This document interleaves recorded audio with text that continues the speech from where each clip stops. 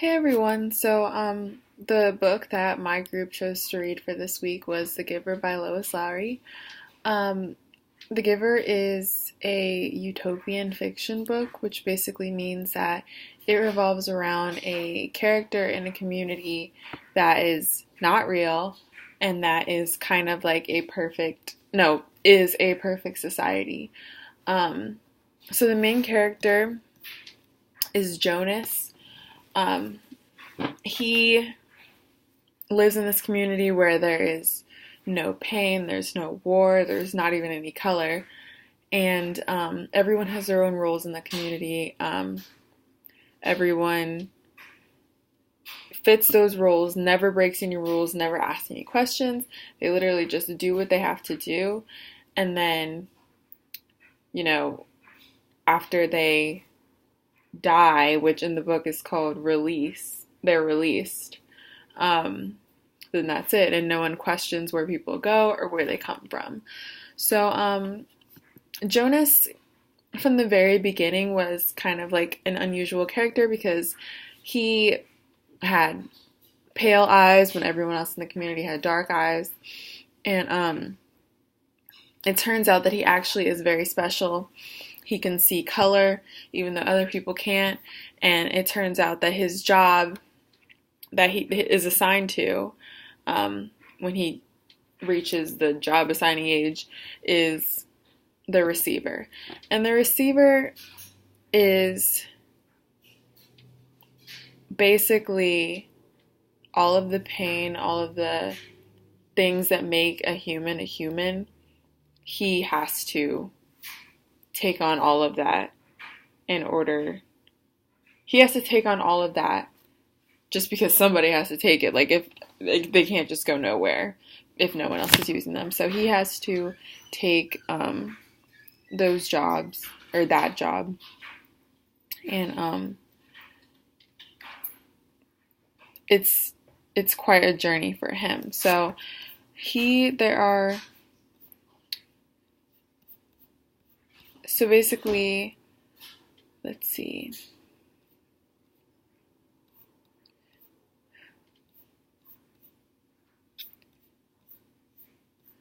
So basically, there are pretty broad themes that are in this book, but one of the main ones that I think that the book tried to emphasize is the importance of memory and also the importance of pain. Um, so the Without memory and without pain, you can't really enjoy things in life because you have nothing to compare joy to. Um, One quote from the book is, so Jonas has every memory, and one quote from the book is, "The worst part of holding the memories is not the pain, it's the loneliness of it. Memories need to be shared." So his role as a receiver, he he has to keep it a secret. Like, he can't share any of what he's getting from the giver with anyone. And it's kind of a spoiler, but he does end up sharing what he's gotten from the giver with others. But yeah, I think that's just a really important thing to stress to adolescents, that like life is about painful moments, and it's about making memories. So to even like think about not having memories, or like not being able to remember what happened a week ago or a month ago or a year ago, I can't even fathom it. And like I kind of said about like not having memories, not having pain, like I said earlier, like you can't value pleasure if you've never had pain. Um, People in this community literally like couldn't even enjoy their lives because they never dealt with death or grief. So Jonas having these memories, like getting the memories of pain, helps him appreciate the memory of love that the giver gave him. Um, let's see.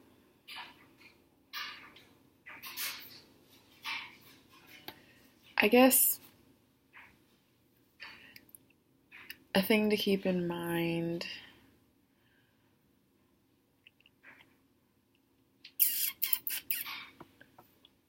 they wanted to create this perfect society, but in reality, there's there's really no way to create this perfect society where everyone just like stands in line and does what they need to do, because there's always going to be one person who's going to wonder, and all it takes is that wonder that will just crumble the society. Um, so this book is also a movie that came out pretty recently that's on Netflix now.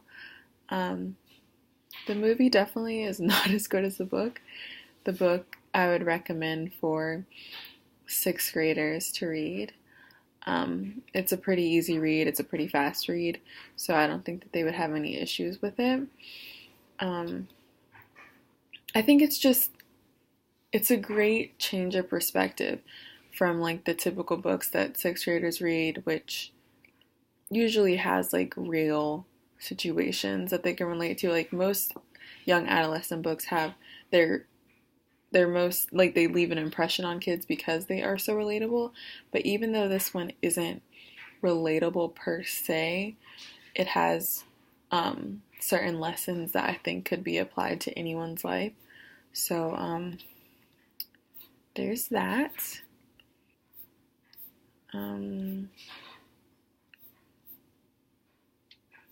Let's see. Is there another quote that I liked?